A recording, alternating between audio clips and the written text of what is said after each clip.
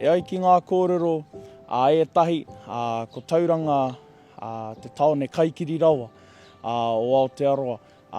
Me te aha kei te paku whakaiau ki tērā kōrero.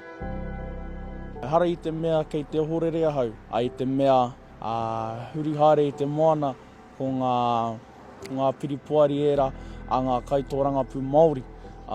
Kei te tānoa noa tia, kei te turakina ki raro, kei te takahia, e te mahi a te tangata, e te mahi rānei a te kaikiri. It most likely is a racist act, especially if they're only painting out the Māori kupu on our bins and signage. It's one of those things that we live with here in Tauranga quite a lot. Dare I say it, that the fascists are coming out and making themselves more prominent in how they attack things that they don't believe in. And Māori are one of those specific targets of theirs.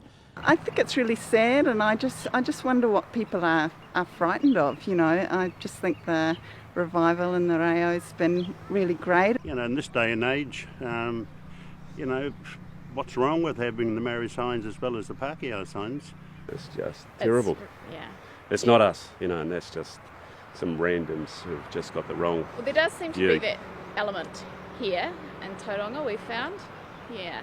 Yeah. Having and it lived in other places. just can't be tolerated. It needs to be It's called not out. okay. Pretty sad. Yeah, it's terrible. Like, why?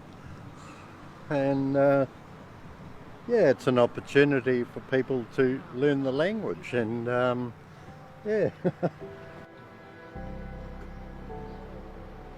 Ki au ko te take matua pea, e wehi ana te hunga kaikiri nei, te hunga kiritea nei, ki te oranga o te reo. I te mea kei te oranga o te reo, te oranga o ngā tikanga, kei te oranga o ngā tikanga, te oranga o te iwi. Ki te ara mai anō te iwi Māori, ki tēnei tahi wā nei, e hika kua raru pēr rātou. Very disappointed to see someone taking this sort of action. And yes, in this case, I do think it is racist because it's targeted just the te reo. It's been reported to the police, so it's in their hands. There may be some CCTV around if they've damaged some that are, you know, where there's CCTV. I think that there should be a little more follow-up than there is, you know, giving more than a slap on the hand. You know, I think fining people for doing things like that may not be deterrent enough, but at least it gives us some indication that there is some action being taken against people to either slow down or deter them from continuing on in this way. It's really not helpful. We are established here as mana whenua, and we will always hold our own mana motuhake over those things that are precious to us. Tāhana rāwhiti ki ai, ko te reanga kohanga reo tēnei, ko te reanga kura kaupapa Māori tēnei, ko te reanga tupu Māori mai tēnei, te haere ake nei.